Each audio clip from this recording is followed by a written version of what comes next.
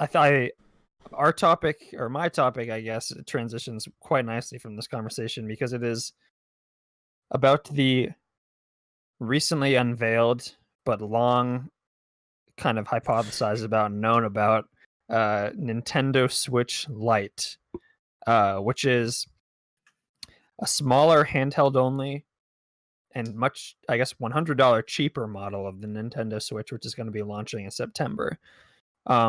Just a few quick facts about it in terms of its comparison to the regular Nintendo Switch model. It comes in 3 colors by default: the gray that we know, turquoise bluish, and then a baby piss yellow.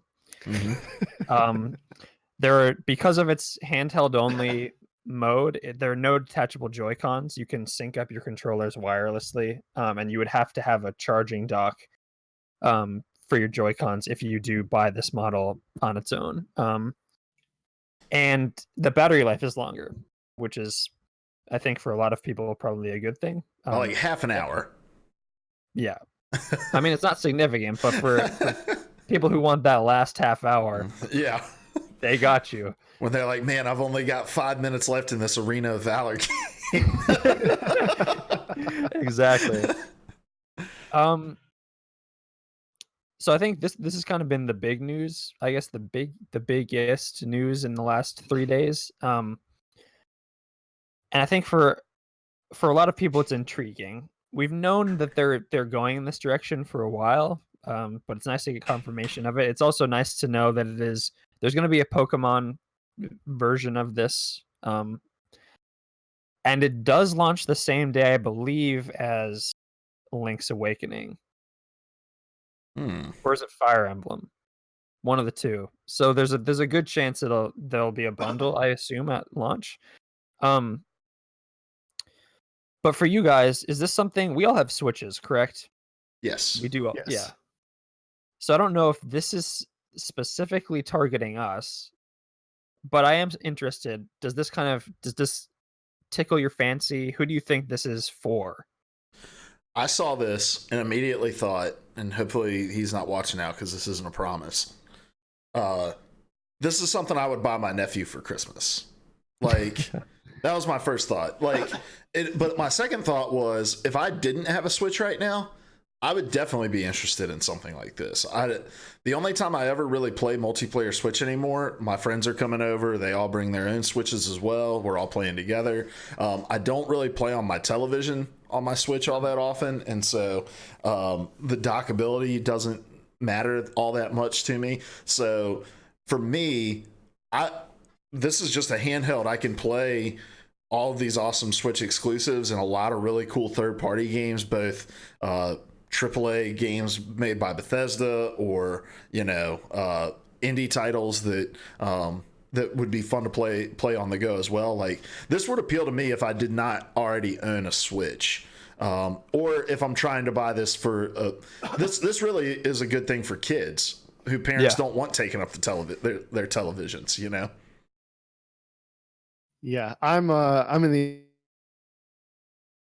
This will be a big shock given the topic we just discussed, but for me, the Switch is my couch co-op console, and so just having the only option it doesn't appeal to me at all.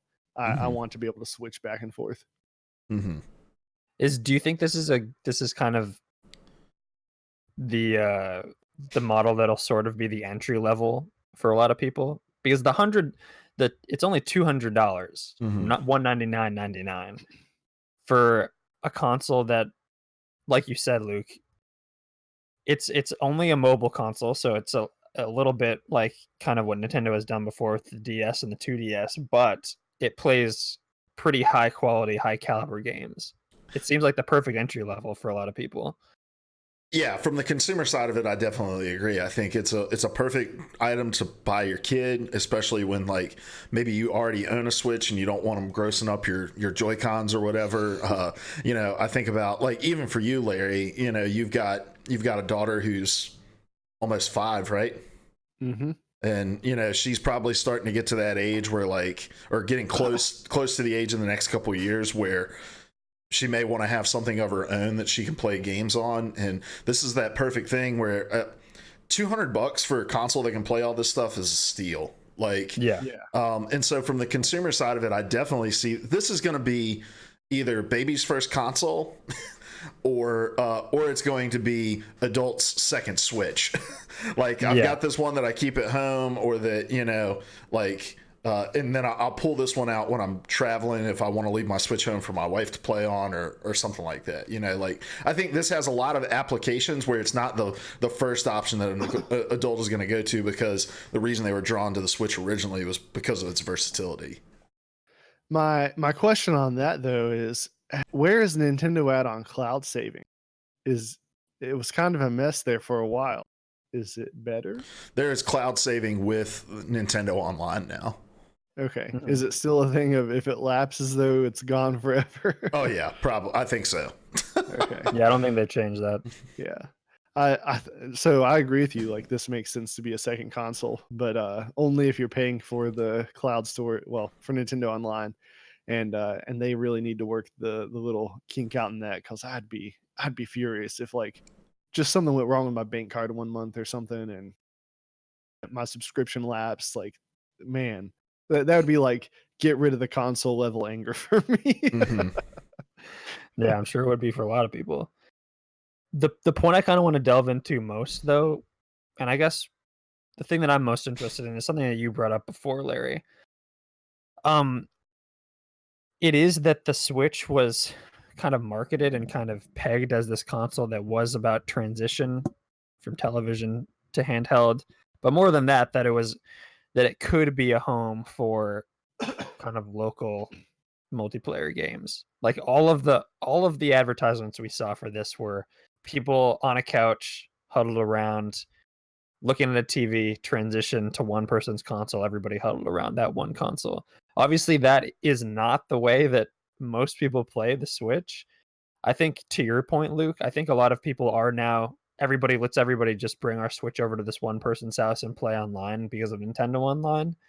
But I also do think there's a lot of people, myself included, obviously Larry, a lot of my friends, who do love the experience of coming to one person's house, playing Smash Bros on a TV, having a tournament, the whole 9 yards. So I do sort of wonder whether this is how this meshes with Nintendo's kind of what they've pegged themselves as with the Switch, and the direction of a lot of their kind of stable of first party games like Smash Bros, Mario Kart, all of which are online. Obviously, you can play online, and all of which you can play with each other online, and a lot of people do, but have a deep history of being local party games, and which they've continued that tradition moving into this generation. How do you think this sort of meshes with that if it's just a handheld-only console? Absolutely perfectly. Like, and I'm not even kidding. I think this is a brilliant move from Nintendo. Look, they are sunsetting the 3DS. There were no new games at E3 that were announced for the 3DS.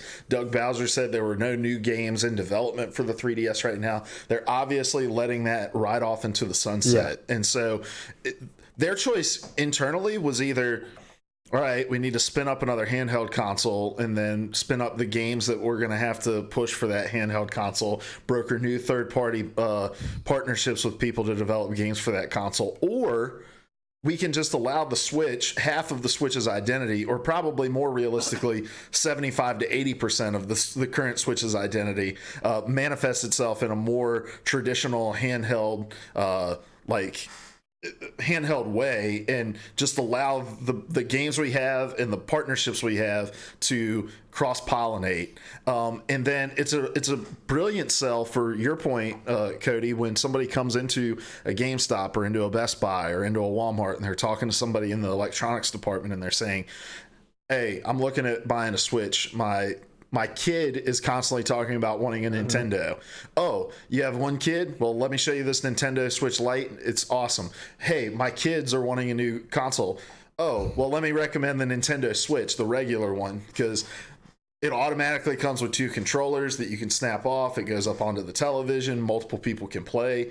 And so I think it just each one kind of naturally sells itself based on the application that it's going to be used within. And there's enough amazing one player games, single player games to play on the Switch that the Lite can stand on its own. And with their new online infrastructure as well, as flawed and featureless as it is going to allow people to still be able to experience playing games with other people. It's just going to require additional consoles. And also, I'm not sold on this completely not working on televisions. It may not work in the dock, but there's a lot of third-party dongles that are used on the Switch. And if it's, you know, just using a USB-C connection, I don't see why those dongles wouldn't be able to work also on the Lite. Then you can just connect wireless controllers to it. Yeah. Yeah, I can see that. As it stands, He cut out again. Something's going on, I think, with Larry's internet. Yeah. can you hear me? Yeah, Yes. I can hear you now, but it's like every other time it gets around to you, it lags out. Yeah, I don't know what's happening. Anyway, I see all that, but as it stands, I don't see it as like meshing with their like get together and play together vision that they've cast. But it does fit within Nintendo's vision, right? Because Nintendo has dominated the mobile game, like not mobile gaming, but gaming on the go Right. space. Handheld gaming. Yeah, there we go. Thanks. Basically reiterating what Luke said in different words, but I think that the versatility of the Switch really put Nintendo in this weird spot where you can't release another DS, you can't release another Game Boy, whatever. Like it. So this just makes sense. And as far as it just looks to me like this is the new quote unquote DS. This is the new handheld gaming system, and it just makes sense to call it a Switch. And for those reasons, you don't have to broken. It's just powerful, and the lines have just been blurred so much for them that this accomplishes Nintendo continuing to dominate that space. Mm-hmm. The conversation around this today has been just odd. Like online, it's like, oh my gosh, I'm not interested in this at all if it doesn't have detachable Joy-Cons. And I'm like, are you stupid? Like, it's not replacing the Switch. It's not like they're halting production of the Switch and only making Switch Lites from now on. These things are going to exist in tandem, side by side with one another. And if there are features missing from Switch Lite that you would like to have, you have the option to have them in another SKU that supports all of the same games, which the Lite doesn't support a couple different games for various reasons. But I think it's filling a gap in what they have. Like, I think you're totally right. I'm sort of divided on this because I do like the idea of a console that sort of pushes the local experience, but I think they can exist side by side in perfect synergy, and I think they will. I think this unifies Nintendo in a way that it hasn't been in so long because of its various bizarre experimentations with consoles, both handheld and on the TV. I think it's unifying it all under the Switch brand. I think it's gonna, like I said before, it's gonna be a perfect entry level. I do think that it's good for both kids and for the people that I know in the industry who travel so much but want to have a game experience on the go. But they're not going to sink money into a console that's dead at this point, like a 2DS or a 3DS, which does have a great stable of games. I think it's good for filling a gap in its console kind of roster and its capability roster that I think is probably needed in some way. I just think it's creating perfect synergy for them. Do you think that it does create some difficulty in the future, though, if they ever decide that they want to split these two ideas again? When they have let's say they buckle down and say, we want to create something that's as powerful from a hardware perspective as current gen, PlayStation 5 or Xbox, whatever it's going to be next. Like, not saying it's going to happen within that short of a time, but there may come a time where Nintendo's really interested in power, and it just doesn't make sense to have it in handheld. With them merging these two concepts and training their people that, like, hey, anything that you can play on your home console on the Switch, you'll be able to play on the go as well. Does it make it more difficult in the future if they're going to have to go like, hey, our handheld is a little less powerful and it's not going to be able to play everything that we're developing for whatever our home console is in the future? I think Larry is right. The Switch did sort of back them into a corner in terms of what they can do, because the inherent idea of it is so appealing to so many people, and it's sort of retrained us to think about a Nintendo console and a console in general. To be honest, I don't know if Nintendo is ever going to be interested in power. Historically, I don't think that's what it's been about. And looking forward, I cannot see a point at which that is what it's thinking about, because it occupies such a unique space in the industry and the market. It's to even attempt to put all its resources, or much of its resources, behind the idea of pushing the power of the hardware would put it in direct competition with Sony and Microsoft, which I don't think is a place it wants to be in.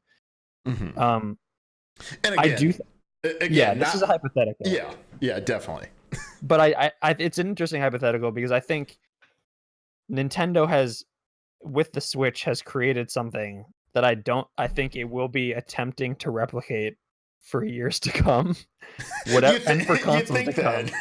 You think that, but then you look at all of the other things that they've done in the past, and it's like, this was wildly successful as well, and then they just moved on, right? Yeah, but I don't know. I think it's such a landmark console that I do sort of think they've been backed into a corner, unless they just hate that idea so much that they go in the complete opposite direction and do end up making the Nintendo equivalent of an Xbox. Mm-hmm. What that looks like, I have no idea. They'll probably just call it the N box.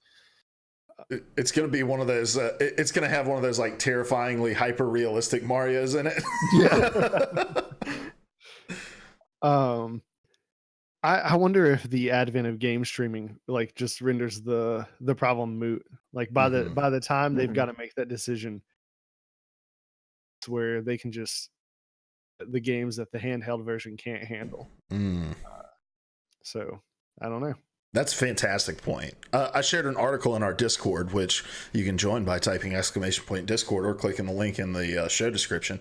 Posted a link to where somebody from the Nintendo's executive office said they were looking into 5G technology.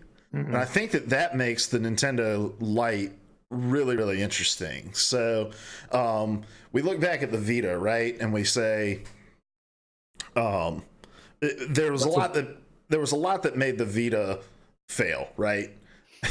First, like proprietary memory cards that were outrageously priced. They were originally being packaged with these 3G deals that were just like insanely priced as well. But in a lot of ways, what they were attempting to do with the Vita was ahead of its time, and understanding that we're more and more on the go. We're being surrounded by these cell towers that have almost comparable speeds to what we can manage, in a lot of people's homes, and so I think if the Switch were to come out and say, we have a Switch Lite that has a 5G card built into it, or even a 4G card built into it, there would be people who would be interested in it. Cody, all those people that that travel so much for work or whatever, how interested would they be to be able to connect to their online games on the go? Like, I think there is room for it to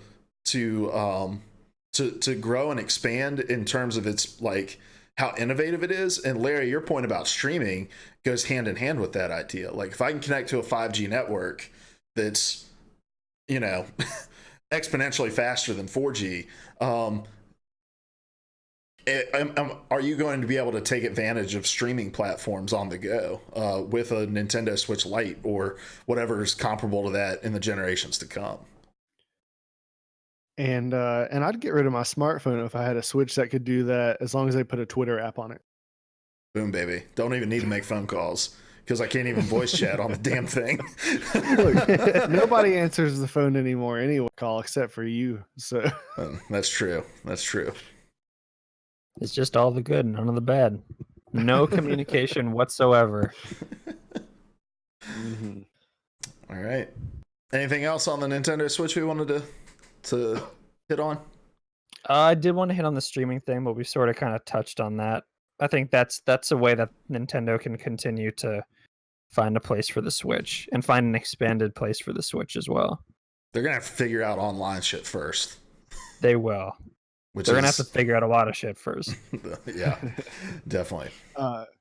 We all do agree that Baby Piss Yellow was not the way to go, right? Yes. From a personal aesthetic standpoint, I do not think so. I think from a marketing standpoint and it being held up, my first thought was kids when it got shown. And if that's really the market that they think that this is going to make inroads in, then maybe that was a brilliant color choice. But from just a pure do I like it? No, I'd have much rather seen them showcase the blue. Turquoise is so hot now. It is. It's really cool looking. And I mean, I would probably still just get the gray, but the blue one's cool. I'm the products. You're what? Purple Game Boy Color. I miss the purple Nintendo product. I had a purple Game Boy Color, a purple GameCube. Bring back purple. Where's the translucent stuff? That's what we need. Right? Oh god. If they really want to lean into nostalgia, give us the translucent. I had the translucent orange N64. That thing was balling. All right. Let's move on, guys. All right. I want to talk about this interview that Sean Murray gave, the maker of No Man's Sky. He did this interview during the Develop conference in Brighton, UK, where he was talking about the reception of No Man's Sky, talking about other games that had what they called polarized releases, when in reality it was just this game was shit when it came to market, and about what advice Sean Murray would give to other studios who are making these things. And I think that we're going to have a pretty interesting conversation around this. So let me just read some of these quotes. He said, Murray said, quote, "We went about 2 years without talking to the press at all. And we went about 3 months without saying anything to the community either. That was really hard. I sat down so many times and wrote the perfect blog post that was going to explain everything about the game's development and the roadmap going ahead. But I could see that it didn't hold credibility with regards to where we were at," end quote. So just to refresh everybody, No Man's Sky had gone on this massive marketing circuit behind it, with being backed by dollars from Sony.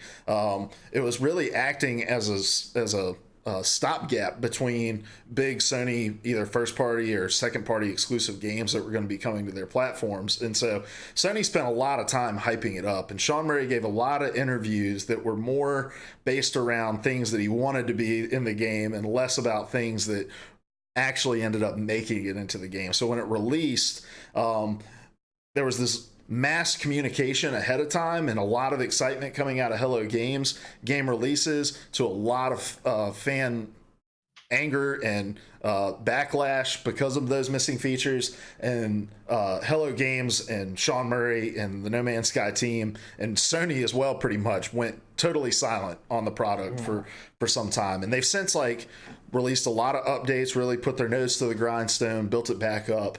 But he goes on to say this. He was asked about games like Fallout 76, Sea of Thieves, Anthem, these games that kind of were less than stellar upon release, and what those game makers should have done. And he said, quote, "There have been a number of games that have since come out, had a polarizing launch, and that explosive mix of loads of people playing it, but also problems. And I can see EA, Microsoft, or Bethesda try to placate players by talking to them, but for right or wrong, it just doesn't really work. You see this all the time when a big publisher will talk to the community and try to solve the problem and then get embroiled, taking up more and more of its headspace," end quote. So essentially what Sean Murray is advocating, and correct me if I'm wrong, correct me if I'm misreading this, is he's essentially saying, guys, if you release a game that's bad, shut up and go hide away, work on it, and make it better, and don't pop your head up until it's in a place where it is better. Mm-hmm. That's pretty accurate. That's how I read it. All right. I don't want to go on a huge rant here, but I do want to take a little bit of time to remind both the three of us, all of our listeners, and Sean Murray as well, about exactly what happened in those 3 months that he decided not to speak to his community, right? Because I think that we're looking back on this with some rose-colored glasses and some 2020 hindsight, and we're maybe romanticizing some of the decisions that were made that didn't necessarily pan out at the time in a way that Sean Murray would have hoped. So first thing, game comes out that August, right? Tons of backlash.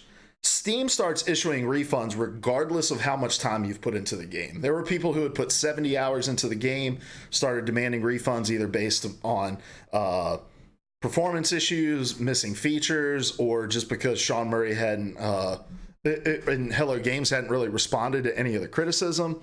So that was just a couple weeks later, you know, and Steam has a pretty strict refund policy, right? It's normally you play more than an hour, you can't get a refund, but anything less than that, you can. And then there were other fans who were kind of putting the screws to Sony and saying, hey, you don't have a refund policy for your games. This game does not live up to any of the promises that you've made. And so how are you going to rectify this with us? To the point where Sony started issuing refunds for No Man's Sky as well, based on the backlash. And they tried to cover it by saying, we've always had a policy where each account gets one refund, but it was like, that's never been stated to us before. Then in September 2016, officials in the UK stated that No Man's Sky was actually, and Hello Games were actually under investigation for possible false advertising. And then in October 2016, the No Man's Sky subreddit shut down temporarily because one of the mods called it, quote, a hate-filled waste hole, end quote. And that is just a brief, 30,000 foot view of the fallout from the release of No Man's Sky. And I think that we've kind of lost sight of what those few months where Sean Murray was hidden away at his studio were like. But again, I want to get you guys' thoughts on what he said. Is this a better approach than, hey, let's go and continue to make promises that we're not necessarily sure we can keep? I think He thinks for sure. What'd you say? Huh? You keep cutting in and out. I'm so sorry, man. I think it's absolutely not a better approach. I remember talking about this game over the course of those few months, and all we talked about was like how irresponsible it was to drop a game where you'd broken so many promises or failed to live up to the advertisement, and then to say nothing. How disrespectful it was. It burned me on this studio. That decision is the reason that I never bought the game. Heard great things about where it's at now. Like, and now I would maybe consider it, but we're past the window where I'd be interested. I might have been interested when I started hearing those things initially if I didn't have the bad taste of, oh yeah, that's screwed up, and then like just didn't say anything about. So yeah, you gotta have balance. Don't make more promises you can't keep, but there's got to be some communication of, hey, we're doing something, because there for a while we were all like, okay, this guy just like took everybody's money and disappeared. And that is not a good look. I want to define when these 3 months are. These 3 months were from the release of the game, August 9th, 2016. And then I think that the first statement came out to fans, and not necessarily to the press, in early November. Because there's also a large gap where they refuse to talk to press. Yeah, 2 years. And I think that might be a more I think there might be more merit to that strategy. Like not going on the PR circuit and just talking directly to fans. Maybe. I think I think in the abstract there's merit to what he's saying. Like just put your nose to the grindstone, get down. I don't know if it kind of bears out in practice. Because I think for those 3 months, and for the whatever amount of time you don't communicate with your fan base, you are going to take a significant beating in terms of public image, which is what happened. I do want to say, side note, fuck anyone who played the game for 70 hours and then requested a refund. Mm-hmm. They can fuck right off. Yeah. But I think, and we'll talk about this. I don't know if it works as well if your team is massive and your company is massive. And you have people who that's their job. Yeah, if you have people whose job is to say stuff, to tell them not to say stuff. Yeah, go ahead. I also think in at least one of the cases we will talk about, the problem was not talking about the game. The problem was everything else that you did around the game that you shouldn't have done in the first place. Mm-hmm. So I don't know how much this bears out, like in practice, case by case. Mm-hmm. I think there's like kind of a disconnect between what he's saying and kind of the effect that his strategy had in the actual world that we live in. Yes. Yeah, it's a very weird. Hey, this strategy worked out great for me, and we're like, bro, we saw that train wreck. You know that, right? Like you can't cast this as something that was good. Yes. Yes, Yeah. you can. Yeah. It's like, this is an extreme example. It's like someone was overweight, right? Went on like a 3-month cocaine bender and lost 40 pounds, right? They came back clean, they were good, and they were like, guys, it works. It works. This totally self-destructive way of going about it, the end justifies the means. It's a completely valid approach because, hey, we're in a good spot now. We've lost all this weight, and it's just like, that's not... You didn't do it because you put your head down. Like, you lost faith. A lot of people lost faith in you irreparably because of what you did, myself included. Like, Hello Games, I have a hard time respecting them. I respect that they stuck with a game that failed when they could have just as easily disbanded and gone and worked on other things. I respect that, but I have no respect for them as a business that I should go and give my money to them because I did that once and they went and hid away with it, it seemed. And that's exactly what it felt like when it happened. You know, even as much as a blog post that would have said, hey guys, we are here, we are listening to your feedback, we're not going to be releasing statement after statement about what individual things that we're working on, but we want to promise you that there's coming a time where we're going to try to deal with as much of this as we can. And like, even something as small as that would have went a long ass way for me. But the fact that they took the money and just went and hid with it, I don't want any company, I don't care if you're 3 people or 3,000 people, that is not good business. Like, if somebody has an issue with what you're doing, or if as much of a percentage of your player base has that much of a problem, you need to at least have the decency to step out and say it. And I don't think it was a strategy for them. I think they were terrified of what they had built and the ball that was rolling downhill at them, and they didn't want to step outside of their house long enough to get run over by it. Mm-hmm. It just so happened to work out, but not because of it. And I would contend that had they had a communication, it would have worked out even better. It worked out, but you missed out by like everyone who requested a refund, they didn't go buy that game again. Mm-hmm. They didn't. And then you had people like me who observed it and you're like, oh, okay, yeah, I'm not dealing with that company. Yeah. Yeah, I think a message that would have just said something along the lines of, hey guys, we hear you.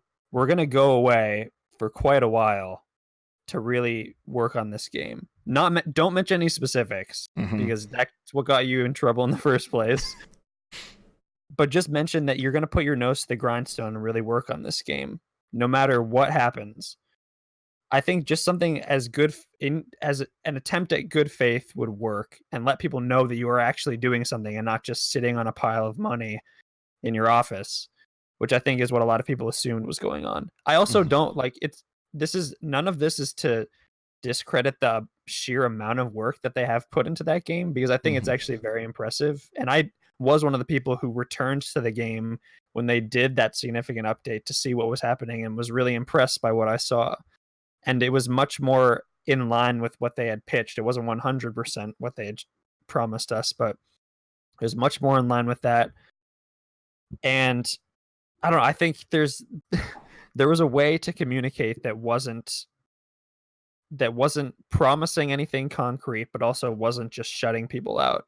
There's a middle ground there, and I don't think they attempted to do that. Again, like you said, Luke, because they were probably terrified. Mm-hmm.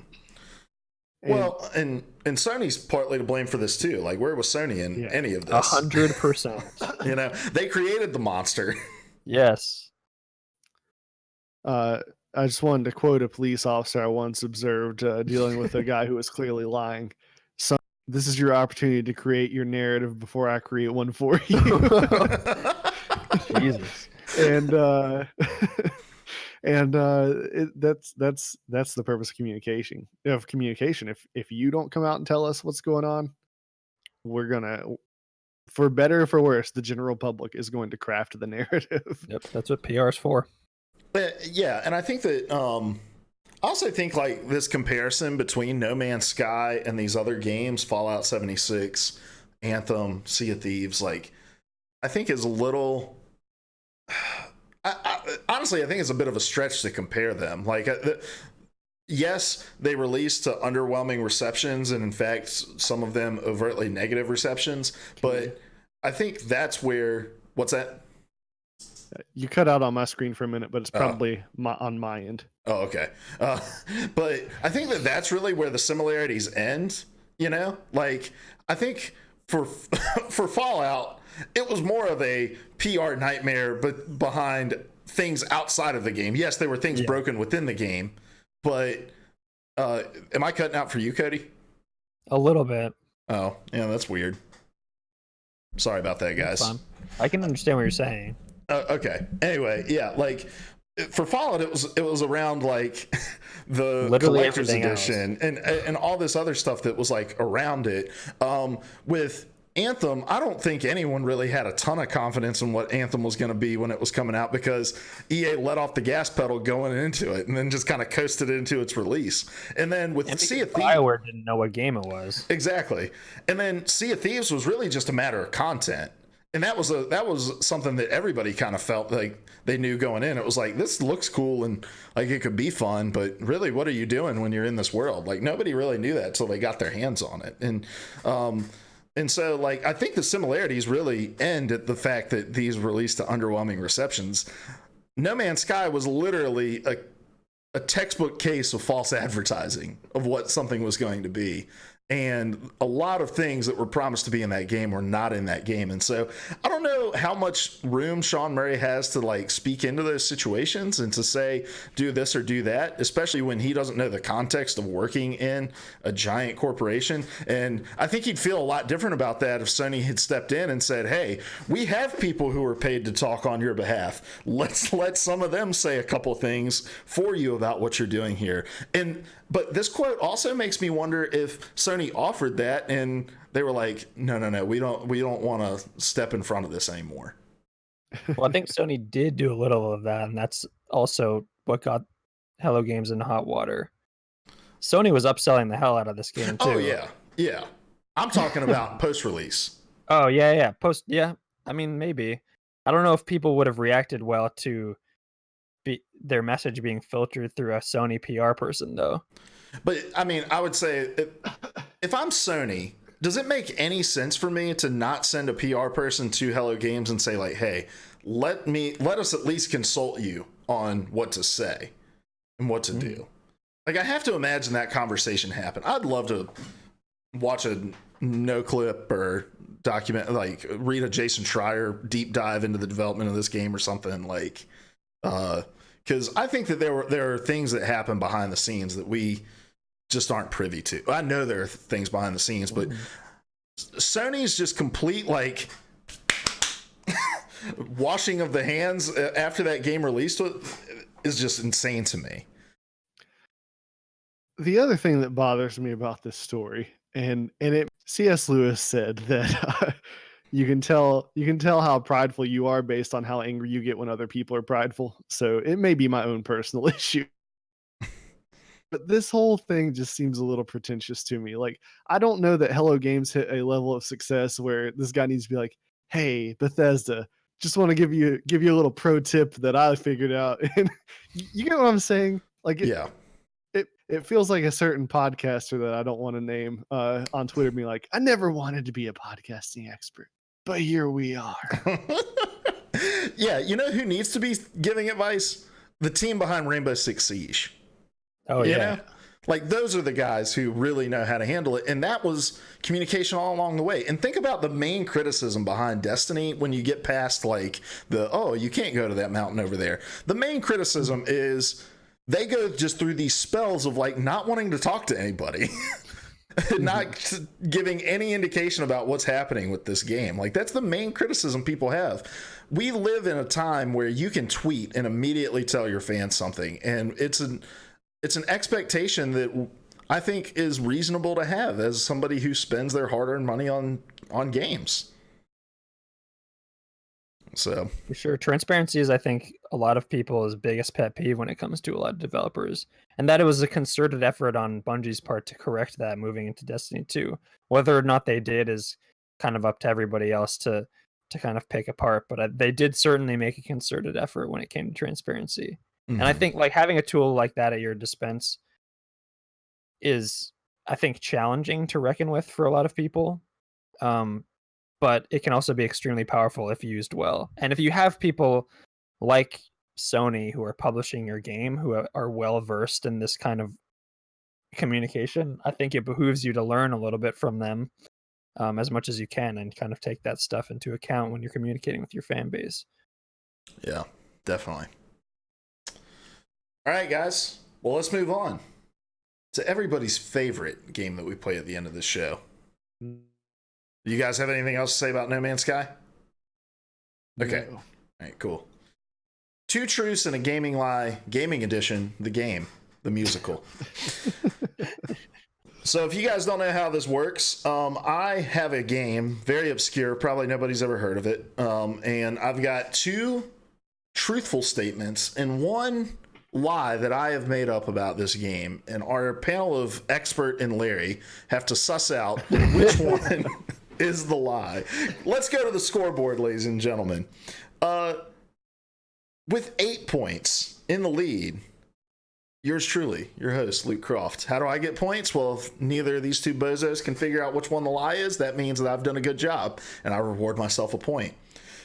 Quickly catching up to me, I believe, with 5 unanswered points. Codsworth. Well, you have 6 points, but 5 of them have been unanswered. I believe that's true. Yes. Yes. Codsworth Coddington with a total of 6, and then we just need to do a quick number crunch over here for Larry. Carry the 2. It's been a while since we've been through this. And then, what's the number that looks like a donut with like the hole in the middle? It's like you have a. I believe that's a 0. Yeah, that's it. 0 points for Larry. Can you crunch the numbers again? Hold on, let me. Beep boop pop beep boop boop beep. Yeah, it's like it's a dot, but then it's like actually gone down. It's a -0. All right, guys. So the game this week, I figured I'd throw Larry a bone. All right. Not really. You know me better than that, Larry. But you know this game. It's a little game called Titanfall. The first one. All right. Okay. All right. This was the first-person shooter that Microsoft backed up a truckload of money and said, "Can you please save our console?" All right, you guys ready for this? I've got 2 truths and a gaming lie for you. Number 1, Titanfall was EA's first-person shooter to leverage the Frostbite engine. Number 2, Abby Hepp, Respawn's community manager, voiced and provided motion capture for the character Sarah Briggs. Number 3, EA bartered exclusivity of Titanfall for Microsoft, allowing them to acquire the rights to Mass Effect so the former could release the trilogy bundle for the PlayStation platform. Can you repeat that last one? It cut out for me. Yep. EA bartered exclusivity of Titanfall for Microsoft, allowing them I'm sorry, let me reread this. EA bartered exclusivity of Titanfall for Microsoft, allowing them to acquire the rights to Mass Effect for the former, so the former could release the trilogy bundle for the PlayStation platform. Okay. All right. So we have Frostbite, community manager, bartering the rights. We're going to start with Larry. Larry, which one do you think is the lie? I believe the third one is the lie. All right. I Coddington. will not give you my thought process this week. All right. Coddington, what do you think? I think it's the first one. All right. Doesn't look like And Frostbite, but- Cody gets the point. It was not Frostbite. Yeah, it doesn't look like Frostbite.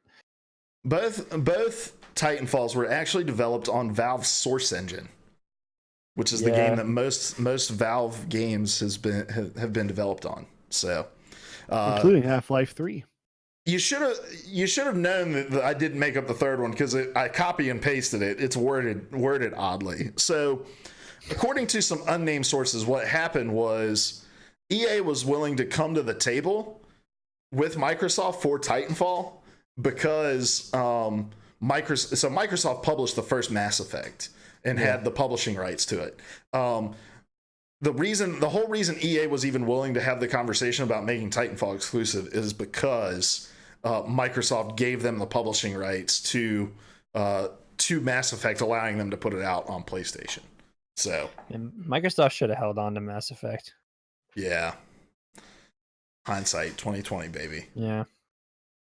They got that one Tomb Raider game for a year. All right, guys. But would there even be an Xbox if they hadn't got Titanfall? That's very true. That's very, very true. So Cody has brought it to within a single point. We're playing first to 10 on this game, and then we'll figure I'm coming for you. We'll figure now out I'm a new gonna game. start playing for real. Now I'm going to play it with two hands. Larry, this game doesn't require any. He's been playing with both hands tied behind his back. All right, guys. Well, that's going to do it for us today. Let's get out of here. Larry, who are you? Where can people find you? What are you going to be tweeting about this week? I'm Larry. You can find me on Twitter at Lair Hunts Zombies, and it's just a pure stream of rage. So I wouldn't advise following me till maybe next week. All right.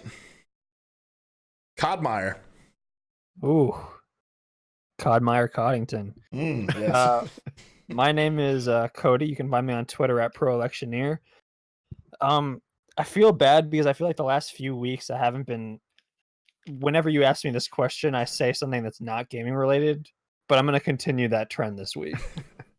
I'm going to finish up season 3 of Stranger Things, and then I really want to see how this season shakes out because I think there are some really interesting connections between the Upside Down and capitalism, and so I might start tweeting about that. All right. My name is Luke Croft. You can find me on Twitter at Hoagie_OW. I'm just going to be tweeting out random questions about Dota because I'm watching and I really have no idea what's going on in this game. Like, what is a rune? And why are people fighting over them? The world These may are the never questions know. we need to be answered. There's probably a YouTube video I could easily watch, but I'm not going to do that. Guys, this has been PvA Radio. We get together each and every week, and each of us brings one of the biggest gaming news stories of the week, or we talk about something that happened 10 years ago.